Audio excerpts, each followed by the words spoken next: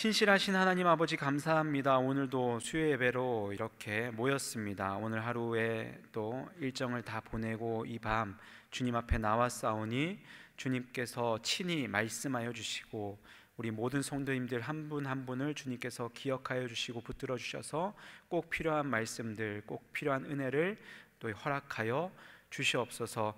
이 시간 부족한 종을 세우셨는데 부족한 종의 모습 감춰주시고 전능하신 하나님만이, 주의 강력한 말씀만이 드러나고 기억되어지는 귀하고 복된 시간 되도록 인도하여 주시옵소서. 감사하고 예수님의 이름으로 기도드립니다. 아멘. 오늘 우리가 읽은 이 본문은 너무나도 잘 아는 말씀이죠. 교회 학교를 다니셨던 분들은 예배 시간이나 찬송가를 통해서 그리고 공과 공부 시간에 참 많이 보았던 말씀, 바로 가나 혼인잔치의 이야기, 사건입니다. 여러분 잘 아시고 설교도로도 많이 들으셨는데 다시 한번 더 오늘 이 말씀을 가지고 함께 은혜를 나누고자 해요. 오늘 본문의 배경은 나사렛에서 약 13km 떨어진 가나라는 작은 동네입니다. 혼례가 있었는데 예수님의 어머니가 초대됐고요, 예수님이 초대됐고 예수님의 제자들이 또 초대되었습니다. 누구의 결혼식인지 성경은 기록하고 있지 않기 때문에 그것이 중요하지 않은 것 같고요. 여기서 혼인잔치가 일어났고 거기서 행했던 그 일들이 중요한 거겠죠. 당시 혼인잔치는 보통 7일간, 길게는 14일, 2주 정도 진행되어졌다고 합니다. 혼례 예식 안에 이 혼인잔치, 연회가 있는데 이 연회는 유대 문화에서 참으로 중요하게 여겨졌어요. 동네 사람들도 오고 그리고 먼 동네에서 친척들, 친지들도 오고 지인들이 오면서 이 기간 동안 7일 혹은 2주 동안 많은 사람들이 오가면서 두 부부를 축복해주고 축하해주고 함께 즐기고 기쁨을 나누는 그런 일들이 일어났습니다. 그리고 이 혼례 잔치의 모든 재정은 신랑 쪽에서 담당했다고 해요. 모두가 기쁨으로 즐기고 축하와 축복이 넘쳐나는, 새롭게 시작되는 두 사람, 한 부부의 축복을 알리는 이 중요한 혼인잔치인데 오늘 본문에 보니까 그 혼인잔치에 문제가 생깁니다. 2장 3절 말씀인데요, 포도주가 떨어진지라 예수의 어머니가 예수에게 이르되 저들에게 포도주가 없다니. 포도주가 떨어진 겁니다. 문제가 생겼어요.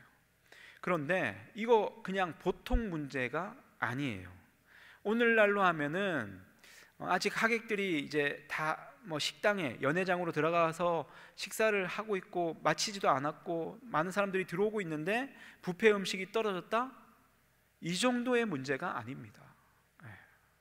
그것도 참 문제겠죠. 혼주 입장에서는 참 죄송스럽고 난감한 일인데 그 정도의 문제가 아니에요. 이것은 당시에는 정말 큰 낭패이고 큰 일이었습니다. 다른 음식보다 포도주가 더 중요했어요. 포도주가. 당시 랍비들은 포도주가 없으면 기쁨도 없다 라고 얘기할 정도예요. 제가 이런 말씀 드리면 그래, 포도주가 없으면 기쁨도 없지, 그러시면서 두 주님을 섬기시는 분들은 이 말씀에 또 힘을 얻고 아니 목사님이 그렇게 설교하셨는데 왜 막 이렇게 하실 수도 있어요. 그런데 이것은 그런 의도로 기록되어 있는 본문이 아닙니다. 일단은 여기 포도주, 술은 맞아요. 알코올이 있습니다. 숙성시켜서 알코올이 있는데 취할 정도의 알코올 도수는 아니었다라는 것이 대부분의 학자들의 견해입니다. 24일간 진행됐잖아요, 연회가. 적어도 하루 이상은 머물렀을 텐데 이 취할 정도의 알코올이었으면은 난장판이 났을 거예요. 당시에는 이 고대 근동에 물이 귀했고 물 외에 이제 다른 마실거리들을, 음료들을 찾았겠죠. 그러면서 이제 자연스럽게 포도나무가 있으니까 그 열매를 소출을 해서 이제 잘 숙성해서 물과 함께 섞어 먹었다고 합니다. 그래서 이제 음료인 거예요. 자, 지금도 비슷하겠지만 당시 결혼은 두 사람의 결합이 아닙니다. 두 사람만의 문제가 아니에요. 두 가문의 결합이거든요. 두 가문의 결합. 이런 사회적 의미가 지금보다 더 짙었습니다.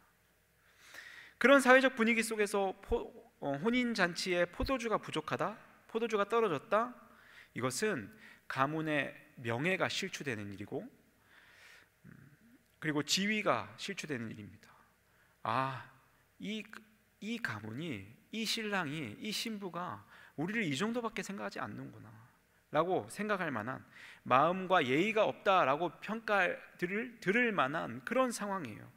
새롭게 출발하고 축하를 받고자 이 연애를 열었는데 그 연애 첫 시작부터 문제점이 생기고 오점을 남기고 있는 상황입니다. 3절에 포도주가 떨어졌다라고 표현하는데 이것은 이제 간당간당하다, 이제 거의 없어졌다, 이런 게 아니라 바닥을 이미 드러냈다, 끝이 났다 라는 의미예요. 너무나도 긴박한 상황이고 이미 일이 벌어진 상황입니다. 제가 지금 막 심각한 상황이라고 말씀드리는데 별로 공감이 안 되시죠? 남의 결혼식이니까 뭐 떨어지든 말든 뭐 상관. 예. 그런데 이거 너무 심각한 상황이에요. 제가 지금 그걸 말씀드립니다. 장황하게. 그것을 예수님의 어머니가 아셨고요. 어떤 관계인지, 혼주와 어떤 관계인지는 모르겠으나 예수님의 어머니가 아셨고, 예수님의 어머니가 예수님께 그것을 알려드립니다. 이에 예수님께서 이렇게 대답하시죠. 4절에 예수께서 이르시되 여자여 나와 무슨 상관이 있나이까? 내 때가 아직 이르지 아니하였나이다 라고 말씀하세요. 다른 이의 혼인잔치에 포도주가 떨어진 걸 왜 내게 말씀하십니까?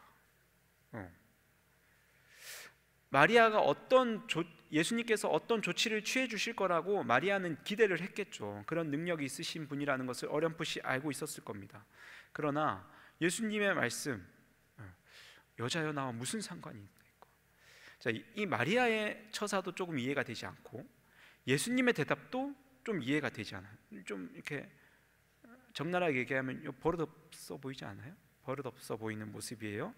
그러나 이런 이 모습 이후에 결국에는 예수님께서 기적을 베풀어 주시죠. 물이 포도주로 변화되는 기적을 보여주십니다. 하인들에게 항아리에 물을 채우게 하시고 그 물을 연회장에게 갖다 주라고 명령하세요. 결국 그 물이 포도주로 변했습니다. 그런데 이것은 단순히 기적, 미라클이 아니라 표적이에요. 표적. 기적과 표적은 다릅니다. 기적은 그 현상 자체에 집중하게 하는 것이고, 표적은 그 현상 넘어 진짜 숨어있는 의미를 드러내게 하는 것이 표적이에요. 근데 예수님의 첫 표적이란 말이에요. 2장 11절 말씀에 보니까 예수께서 이 첫 표적을 갈릴리 가나에서 행하여 그의 영광을 나타내시며 제자들이 그를 믿더라. 지금 복음서 전체를 통해서 이 첫 표적입니다. 요한복음 1장에 보시면 아무런 그런 기적들을 일으키시지 않으세요. 그냥 빛으로 오셨어요. 그리고 세례 요한의 이야기가 있고 제자들을 만나 주세요. 그러고 난 다음에 곧바로 첫 표적의 현장인 갈릴리 가나로 오십니다. 이 본문에 관한 여러 설교를 들어보셨을 겁니다. 저도 이제 이 설교를 하려고 이제 준비를 하면서 옛적 제가 준비했던 설교를 찾아봤어요. 전도사 시절에 중고등부아이를 대상으로 만든 설교를 찾아봤단 말이죠. 뭔가 도움이 될까 해서 찾아봤는데 도움이 하나도 안 돼요. 쓸 게 하나도 없어요. 저 혼자 보고 있었는데 제 얼굴이 빨개지는 나쁘끄러운 상황을 경험했습니다. 어쨌든 자, 그때 이제 제목을 보니까 하인들은 알더라라는 제목이었어요. 제 설교의 제목이 하인들은 알더라. 직접 순종하고 경험했던 그 하인들은 예수님의 그 영광스러운 모습을 알았고, 그렇지 못한 자들은 깨닫지 못했다, 뭐 이런 이야기예요. 그런 묵상 포인트를 아이들에게 던져줬단 말이죠. 그거 뭐 무리 아닙니다. 괜찮아요. 전 그냥 내용을 이끌어가는 전개 과정이 너무 부끄러웠던 거지 뭐 묵상 포인트 나쁘지 않습니다. 괜찮아요. 이 하인들의 순종 대단한 순종이었거든요. 하인들의 이야기를 할 만큼 대단한 순종입니다. 왜냐하면 지금 6항아리에 물을 채우라고 예수님이 말씀하시는데 한 항아리에 거의 100리터 들어갑니다. 주석을 보니까 100리터가 들어가요. 그럼 6항아리면 600리터죠. 지금처럼 수도가가 있는 것도 아니고, 수도가가 있어서 호수를 연결해 놓고 딱 걸어 놓고 시간 되면은 가서 다른 데다 걸고 그럴 수 있는 게 아니에요. 계속 양동이로 퍼다 날라야 되는 거예요. 그렇게 수고하고 100리터면 얼마나 큰 항아리였겠습니까?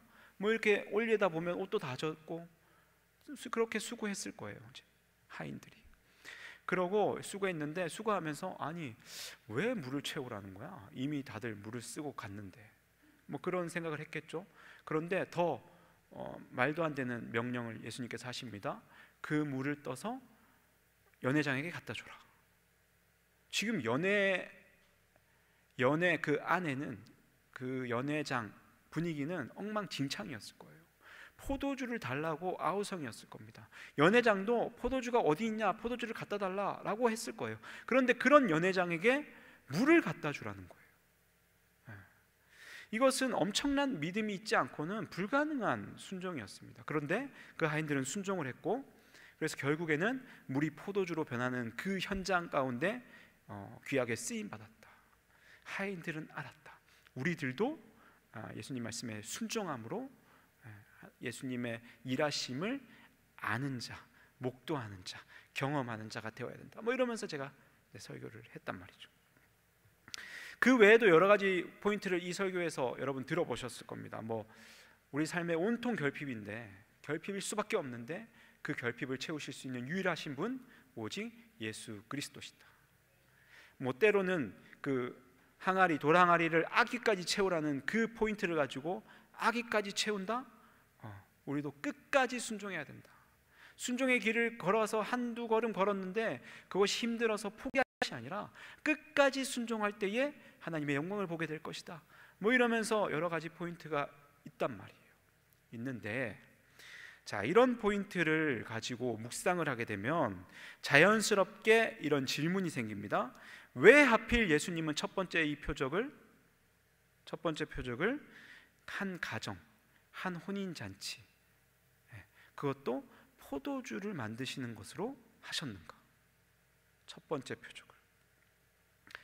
그런 묵상 포인트만 가지고 있으면 이 답의 결론을 내리기가 힘들어요. 왜냐하면 너무 시시한 일 아닙니까? 이 죽고 사는 문제 아니잖아요. 하나님의 자녀가 절박하고 간절한 마음으로 고통 속에서 신음하고 있는 것을 해결해 주시는 그런 현장도 아니에요. 시급한 문제가 아닙니다. 제가 앞서 혼인잔치에 포도주가 떨어졌다, 이거 너무 중요하다고 강조했지만 여러분들 심각하게 안 받아들이셨잖아요. 네.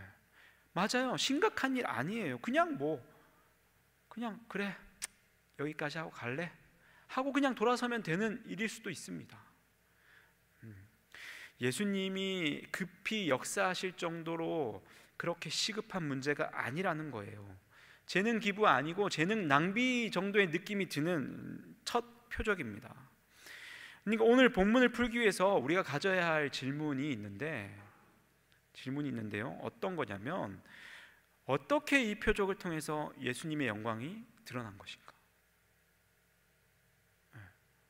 제가 앞서 적용할 때 끝까지 예수님께 순종함으로 예수님의 영광을 우리가 바라보자, 뭐 이렇게 말씀드렸던 것 같은데, 영광을 나타내셨잖아요. 오늘 보면 영광을 나타내셨다라고 되어 있어요. 이 일을 통해서 어떤 영광이 나타났는가? 물이 포도주로 변하는 사건이 왜 영광으로 귀결되는가? 그런 질문이 핵심적인 질문입니다. 여러분, 이 첫 표적 그냥 처음이니까 간단하게 시작하고 말았겠지라고 생각하시나요 혹시? 아니에요. 첫 번째라는 이 첫 표적의 첫이라는 의미는 시간적 순서의 의미도 있지만요, 중요도의 순서도 있습니다. 첫 번째, 시간상으로 첫 번째 표적이기도 하지만 가장 중요한 표적이다라는 거예요. 그래서 우리가 이 본문을 잘 해석해야 됩니다. 먼저 표적은 가리키다, 징조, 그런 의미가 있습니다. 영어로 사인이에요. 그러니까 이 사건을 통해서, 이 표적을 통해서 하시고자 하시는 진짜 숨겨진 의미, 의도가 있다는 거예요. 여러분 야구 중계 보셨죠? 야구 중계 보시면 감독이 현란하게 자기 몸을 만집니다. 네, 모자 만지고. 네. 왜 그래요? 갑자기 여기저기 다 간지러워서 만지는 거예요? 네? 감독이 코를 만졌다, 귀를 만졌다.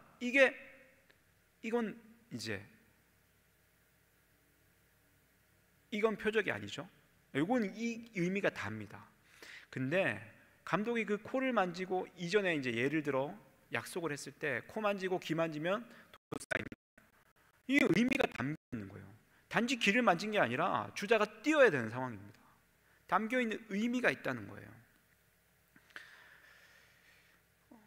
그러니까 이 기적 자체에만 우리가 집중할 것이 아니라 이 기적을 통하여서 진짜 담겨진 의미를 우리가 이 본문 안에서 찾아야 된다라는 겁니다. 함께 찾아보겠습니다. 먼저 포도주가 떨어지는 문제가 생겼어요. 제가 포도주 중요하다 말씀드렸는데 랍비에 의해서 기쁨이 없어진다 이런 의도가 아니라 이 포도주 중요합니다. 구약 성경에 이 포도주는 기쁨과 즐거움을 상징하는 음료였어요. 포도주는 기쁨과 즐거움을 상징합니다. 그리고 하나님의 복을 상징하기도 했어요. 잠언 3장 10절에 여호와를 공경하면 내 창고가 가득히 차고 내 포도즙 틀에 포도즙이 넘칠 것이다. 하나님의 복입니다. 너가 여호와를 공경하면 포도즙 틀에 포도즙이 넘쳐날 거야 라고 약속하시는 거예요. 자, 그런 의미가 있는 하나님의 복이자 기쁨과 즐거움이라는 상징이 있는 이 포도주가 마침 예수님이 참석한 혼인잔치에서 떨어졌단 말이에요. 이것은 단지 마실 음료가 떨어졌구나 라는 것이 아니라 이것을 통해서 유대인들의 영적인 상태를 우리는 확인할 수 있는 겁니다. 그들의 영적 상태는 척박함 가운데 있었어요.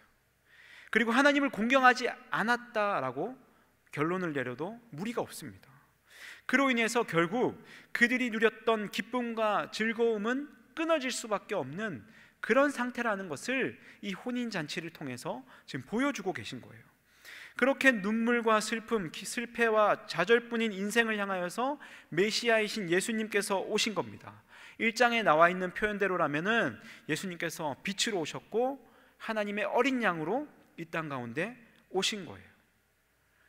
포도주가 떨어진 것으로 인해서 실패할 수밖에 없는 가나 혼인잔치에 최상급의 포도주를 공급하심으로 그 잔치가 성공적으로 이어졌던 것처럼 죽음을 향해 가는 우리 인생들을 향하여서 예수 그리스도께서 구원자로 오셨고 풍성한 천국 잔치를 시작하게 하신 그 은혜의 사건을 지금 이 혼인잔치에서 표적으로 보여주고 계신다라는 겁니다. 이는 구약에서도 예언되어 있습니다. 구약의 몇몇 선지자들은 포로로 잡혀간 이스라엘 백성들의 회복을 선포했죠. 비록 지금은 포로이지만 우리가 곧 하나님이 약속하신 그 땅으로 복귀해서 하나님의 나라를 회복할 것이다. 그런 희망의 메시지를 선포했어요. 그 회복의 날은 메시아가 도래했을 때 일어날 것이다 라고 또 덧붙입니다. 그리고 그 회복의 날에는 풍요로움을 상징하는 최상급 포도주가 넘쳐날 것이다 라고 선언했어요. 아모스 9장 13절 말씀입니다. 여호와의 말씀이니라 보라 날이 이르리라 그때에 파종하는 자가 곡식 추수하는 자 뒤를 이으며 포도를 밟는 자가 씨 뿌리는 자의 뒤를 이으며 산들은 단 포도주를 흘리며 작은 산들은 녹으리라. 그리고 이사야서 25장 6절 말씀에 만군의 여호와께서 이 산에서 만민을 위하여 기름진 것과 오래 저장하였던 포도주로 연회를 베푸시리니 곧 골수가 가득한 기름진 것과 오래 저장하였던 맑은 포도주로 하실 것입니다. 만군의 여호와께서 연회를 베푸신다. 포도주로 메시아가 도래한 그날에 그러니까 구약의 말씀이 메시아이신 예수님을 통하여 성취될 것인데, 그리고 오신 예수님으로 인해서 성취되어지고 있는데, 그것을 이 가나 혼인잔치에서 상징적으로 먼저 보여주고 계신 거예요. 포도주가 떨어진 가나 혼인잔치를 최상급 포도주를 공급해 주심으로 최상급 포도주가 넘쳐나는 혼인잔치로 지금 만드셨어요. 메시아로서 새로운 시대가 열린 겁니다. 6절 말씀 보세요. 거기에 유대인들의 정결 예식을 따라 두세 통 드는 돌항아리 6이 놓여 있는지라. 전결 예식에 쓰이는 돌 항아리였습니다. 당시 유대인들이 항아리에 담긴 물로 손을 씻는 예식을 치렀거든요. 음식을 먹기 전에 손을 씻는데, 이것은 여러분 위생적인 차원을 훨씬 훌쩍 뛰어넘는 엄격한 율법에 의해서 그들이 그 일들을 행했단 말이에요. 본문을 보니까 그 항아리가 비어 있어요. 예수님이 채우라고 했잖아요. 비어 있는 겁니다. 그건 무엇을 의미합니까? 손님들이 왔는데 온 손님들이 그 정결 예식을 다 행했다는 거예요. 율법을 잘 지켜서 정결하게 자신을 열심히 씻었다는 얘기입니다. 그 모여있는 사람들이 그렇게 율법을 잘 지켰던 유대인들이에요. 그런데 그 유대인들이 모여있는 그곳에 포도주가 떨어진 거예요. 그러니까 무엇을 의미합니까? 정결함은 인간의 노력으로 되지 않는다라는 것을 의미해요. 한계가 있다는 것을 의미합니다. 그리고 예수님이 하인들에게 지시하셨을 때 항아리 비어있다고 말씀드렸죠? 이 비어있는 항아리, 이것도 상징적인 의미예요. 율법으로 정결함을 얻는 시대는 이제 지나갔다는 얘기입니다. 비어있어도 된다는 얘기예요. 이제 정결함에 필요한 물을 채울 것이 아니라 예수 그리스도께서 오셔서 슬픔을 기쁨으로 바꿔주셨고, 실패한 잔치를 성공적인 천국잔치로 바꿔주셨으니 이제 그 천국잔치를 즐기라는 거예요. 포도주가 채워진 겁니다. 그런 의미인 거죠. 옛 시대는 가고 새로운 은혜의 시대가 도래했다라는 것을 알려주는 말씀이에요. 자, 이렇게 표적의 의미를 찾게 되면 4절에서 보여주신 그 예수님의 이해가 되지 않는 모습도 해석할 수 있습니다. 4절에 예수께서 이르시되 여자여 나와 무슨 상관이 있나이까 하셨잖아요. 냉정하고 무례한 것처럼 보여요. 무례하죠. 버릇 없어요. 예를 들어 제 아들이 저한테 와가지고 남자요, 내게 젤리가 없는데 젤리 좀 사주시지 않겠습니까? 뭐 이러면은 그거 용서해야 돼요? 꿀밤 한 대 놔야 돼요. 그거 버릇 없는 거잖아요. 그런데 우리 번역이 그래서 그렇지 원어로 보면은 그렇게 버릇 없는 표현은 아닙니다. 공손한 표현이에요.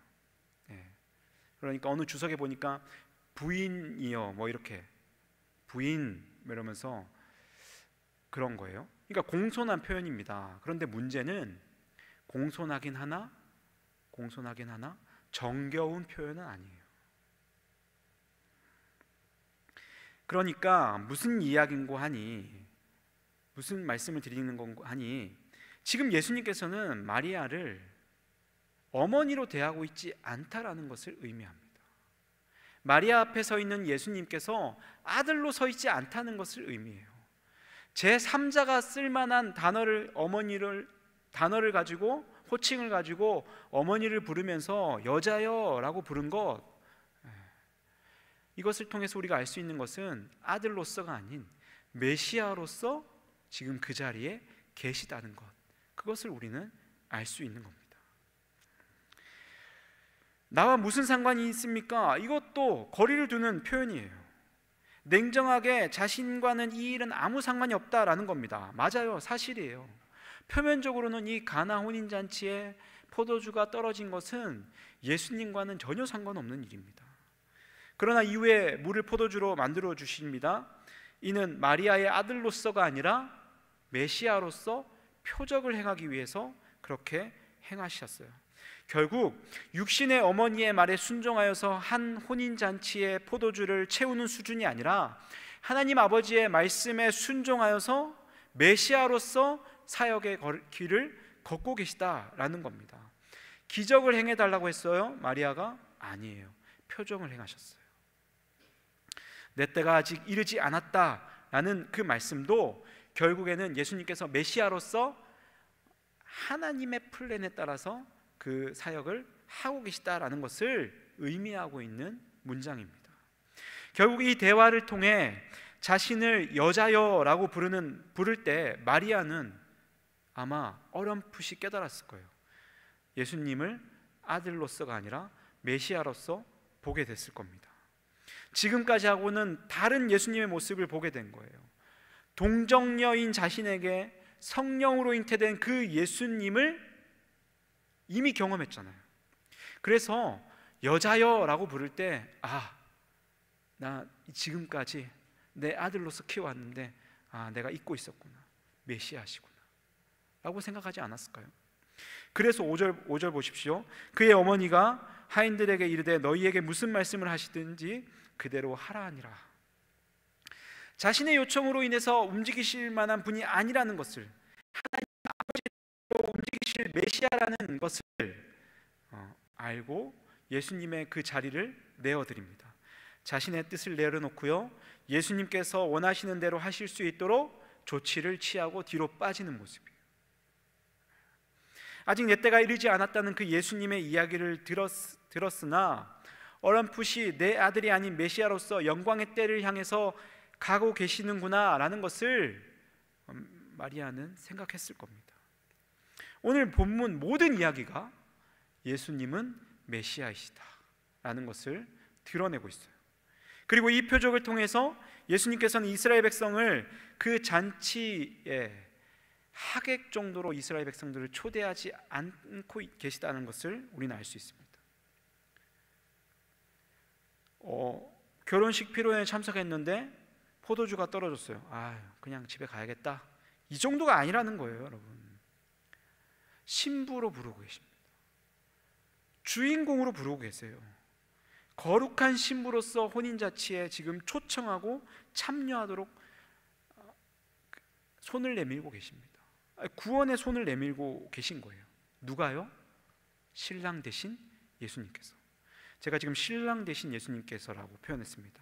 아시다시피 구약에서 하나님은 이스라엘 백성과 혼인관계로 본인과 백성들의 관계를 설명 많이 하셨어요.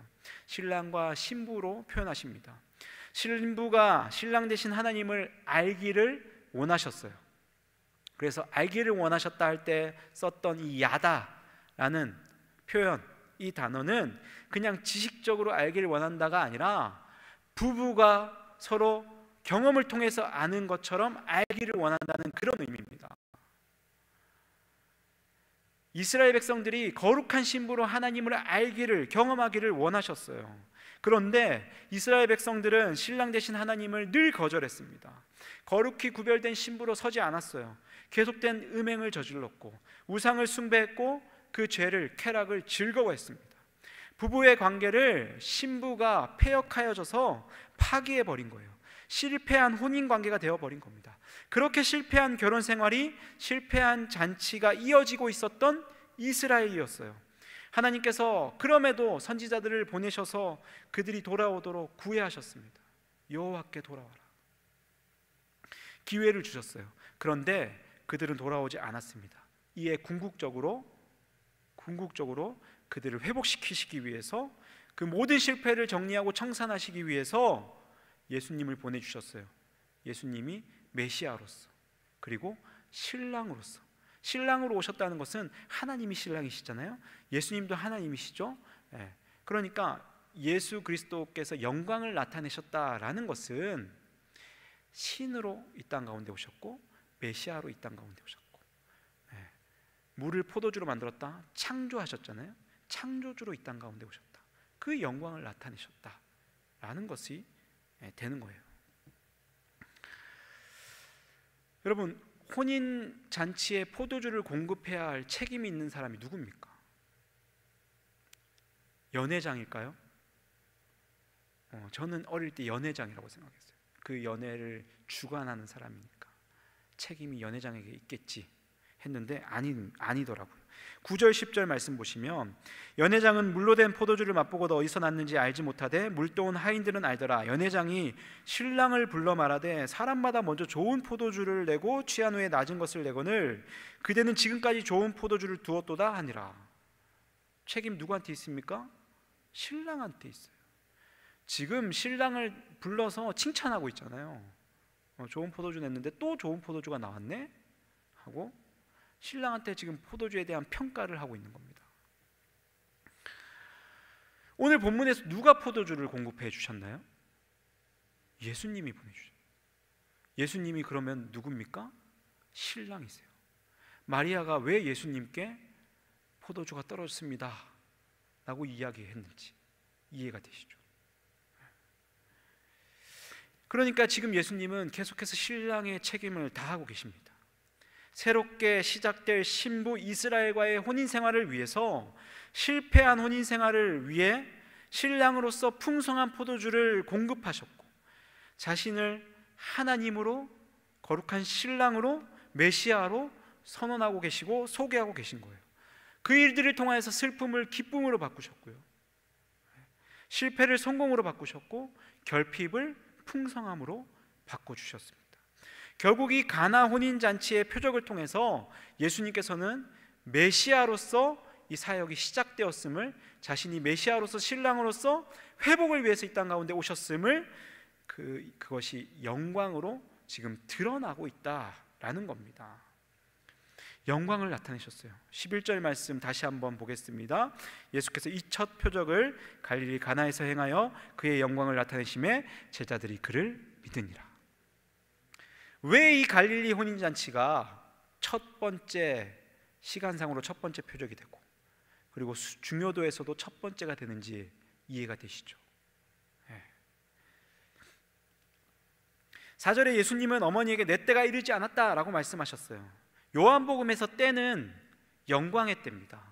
그 영광의 때는 풀어보면 십자가의 길, 그리고 부활, 승천, 이것이거든요. 영광의 때예요. 결국 예수님은 때가 되지 않았다는 말씀을 하시면서 드러내놓고 내가 메시아라고 세상에 선포하지는 않으셨지만 표적을 통해서 회복을 위해서 회복의 메시아로, 구원의 메시아로, 신랑 되신 메시아로 자신을 나타내셨고 그 나타내신 모습을 제자들은 보게 되었고 예수님을 메시아로서 믿게 된 거예요. 이 믿음은 결국 제자들로 하여금 그 영광의 때를 기다리게 했을 겁니다. 십자가의 길, 다시 새롭게 시작될 하나님의 나라를 사모하고 있었을 거예요. 사랑하는 우리 성도 여러분, 우리들도 실패한 인생이었고 기쁨과 즐거움이 소멸된 그런 인생이었으며 온갖 결핍과 문제투성이었던 그런 인생들이었습니다. 하나님보다 세상을 더 사랑했던 패역한 신부로 살았던 우리들이에요. 스스로 깨끗해지려고 돌 항아리에 있는 물, 온갖 물 다 써가면서 노력하고 정결케 하려고 막 해도 늘 다시 죄인으로 회귀했던 그런 연약한 인생이 우리들이에요. 그러나 하나님의 열심으로, 주의 긍휼하심으로 예수 그리스도를 이 땅 가운데 보내주셨고 풍성하게 포도주를 공급하시며 진정한 신랑으로서 실패한 우리들을 만나주시고 성공으로 우리의 삶을 인도해 주셨습니다. 슬퍼하고 좌절하는 우리의 인생 찾아오셔서 우리의 손을 잡아주시고 기쁨으로, 즐거움으로, 감사하는 삶으로 인도해 주셨어요. 탄식을 환호성으로 바꿔주신 줄 믿습니다. 그렇다면 우리는 이 가나 혼인잔치에 참석한 자들 중에 제자들처럼 예수님의 영광을 볼 줄 알아야 돼요. 예수님을 믿어 기쁨과 감사와 감격이 넘치는 거룩한 신부의 삶을 살아야 됩니다. 본문에 여러분 여러 사람이 등장하잖아요. 여러 사람이 등장하는데 예수님의 영광을 보고 믿은 사람들은 제자들 뿐입니다. 성경이 그들만 믿었다고 지금 기록하고 있어요. 영광을 나타내시는 현장에 많은 이들이 있었지만 깨닫지 못하는 자들이 있었다는 겁니다.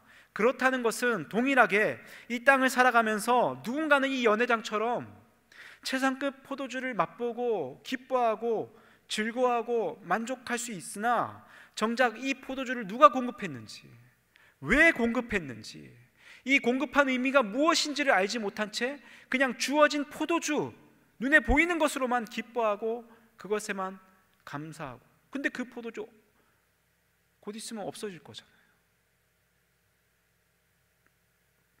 그렇게 살아가는 인생이 오늘날에도 있다라는 거예요.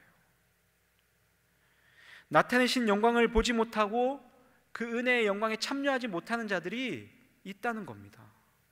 이 시간 우리의 신앙의 현주소를 점검하시고 실패한 우리 가운데 찾아오셔서 새 시대를 허락하여 주신 그 예수님을 믿고요, 십자가의 죽으심과 하나님 가서 다시 오실 예수님을 믿음의 눈으로 바라보며 그 영광을 기대하고 고대하는 저와 여러분의 삶이 되기를 소망합니다. 실패와 낙심과 좌절 가득한 우리지만 그런 우리 삶에 찾아오셔서 회복과 기쁨, 구원의 즐거움을 허락하신 그 예수님으로 인해서 우리가 제자다운 삶을 살아가면 우리를 통하여서 그 예수님의 영광이 이 땅 가운데 드러나게 돼 있어요. 자, 이 말인즉슨 우리가 예수님의 표적이 되는 겁니다. 표적을 통해서 이 혼인잔치에 행하신 표적을 통해서 예수님의 영광이 드러났다, 나타내셨다라고 되어 있잖아요. 우리가 죽었던, 죄로 인해 죽었던 우리가 다시 살아난, 기쁨과 감사와 한의와 감격이 넘치는 삶을 살아갈 때, 그렇게 되면 하나님을 알지 못하는 자들, 그들은 우리를 통해서 예수 그리스도의 영광을 보게 될 것입니다. 그러면 저와 여러분이 예수님의 표적이 되는 거예요. 거룩한 신부로 하나님의 영광을 나타내는 표적된 삶으로 늘 기쁨과 감사가 넘치는, 주님만 붙드시고 주님만이 우리를 회복시키실 수 있는 유일한 분이심을 믿음으로 선포하시고 고백하시는 저와 여러분의 삶이 되기를 주님의 이름으로 축복합니다. 기도하겠습니다. 하나님 감사합니다. 소망 없고 언제 포도주가 끊어질지 모르는 그런 실패 가득한 삶을 향해 다름질했던 우리 가운데, 패역한 신부로 살던 우리 가운데 친히 찾아오셔서 포도주를 공급하여 주시고 새로운 결혼 생활을 시작하게 하신 주님, 참으로 감사를 드립니다. 신랑 되신 예수 그리스도로 인하여서, 나의 구원자 되신 예수 그리스도로 인하여서 내 삶에 가득했던 슬픔과 실패로 점철된 그런 삶이 아니라 기쁨과 진정한 행복을 누리며 살아갈 수 있게 하셨사오니 감사함으로 예수 그리스도의 영광을 드러내는 표적으로, 예수 그리스도의 거룩한 신부로, 예수님의 제자로 이 땅 가운데서 승리의 삶을 살아갈 수 있도록 우리를 붙들어 주시옵소서. 여전히 포도주가 끊어진 실패한 잔치 속에서 살아가는 자들을 향해서 새 시대가 열렸음을, 우리의 구원자가 이 땅 가운데 오셨음을, 살아계신 예수 그리스도를 증거할 수 있는 우리 모든 성도님들, 우리 온누리교회 될 수 있도록 주님 친히 역사하시고 우리를 사용하여 주시옵소서. 이 시간 귀한 예물 드린 손길 있습니다. 간절한 기도의 제목을 가지고, 간절한 간구를 가지고 하나님 앞에 또 간절함으로 기도하며 예물 올려드리는 손길 있습니다. 하나님께서 이 예물 받아주시고 하나님 드린 손길 가운데 복에 복을 더하여 주시되, 특별히 기도하는 그 제목이 하나님의 은혜로, 하나님의 신실하심으로 풍성하게 응답받는 놀라운 역사 주님 허락하여 주시옵소서. 이 물질이 쓰이는 곳에 오직 주의 나라, 주의 영광만이 드러나기를 간절히 소망하오며 살아계신 예수님의 이름으로 기도드립니다. 아멘.